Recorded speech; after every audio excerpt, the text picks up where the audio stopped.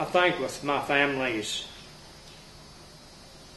work ethics that have been passed down from the time they came to this country, and the fact that they always wanted something better for themselves and their children and grandchildren, and even the fact, I know during the Depression, I remember my grandparents talking about, my dad talking about people that came that were hungry.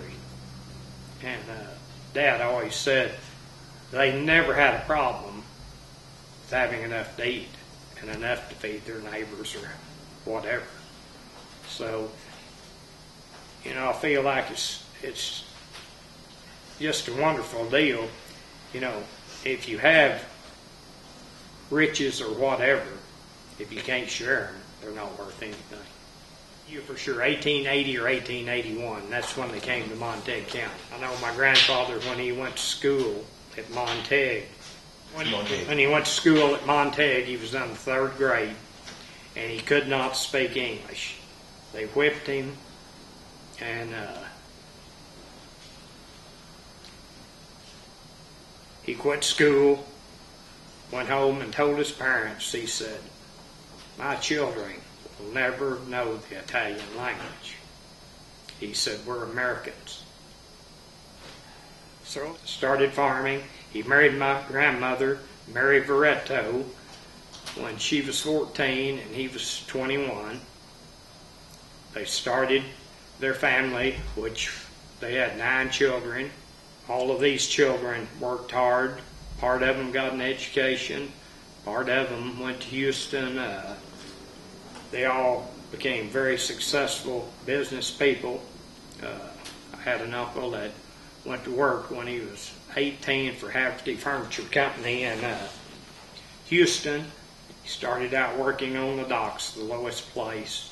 He worked for him for 55 years and became chairman of the board. And something that we've always tried to do is be part of our community, part of our churches, and always tried to make the county, cities we live in, better places for everybody to live.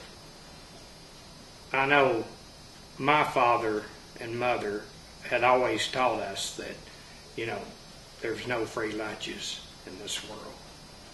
In Montague County, we have approximately 300 Fenolios. They have migrated pretty well all over the state of Texas, California, and everywhere. And I don't know of any of them that are not hardworking, that, try to make the community better. That was my grandfather.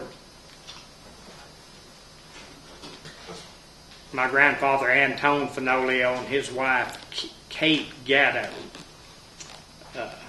They were both born in the 1840s. He died in 1900. They came here in 1880. He died in 1900. He was really heartbroken. I know when I went back to Italy and tried to get my dad to go, he wouldn't go, but I came back and I told him, I said, "Dad, I understand why your grandfather died at such a young age." I said, "He came from such a beautiful place at the base of the Alps, and when he got to Montague County, he realized he was probably in hell." But Kate, his wife, carried on and did the work of the men, and her children worked hard, and it was just a rough deal through the Depression. And this was my grandfather, A.J. Fenolio. That stood for Andrew Jackson. That time it was people named a lot of their children after past presidents. And his wife was Mary Veretta.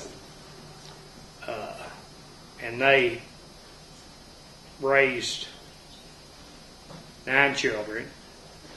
They were all worked on the farm. They that was my grandmother, Mary Verrett's mother, Paul and Teresa Verrett.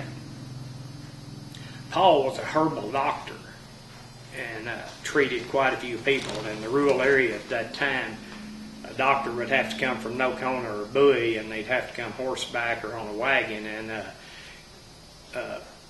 they very ever seldom came to deliver children or something. There was always a midwife, and Paul Verrett, like I say, my great-grandfather, helped deliver babies. He did a lot of interesting things that I didn't know about until just a few years ago. Say, I've been blessed having wonderful grandparents, great-grandparents, and my mother and father.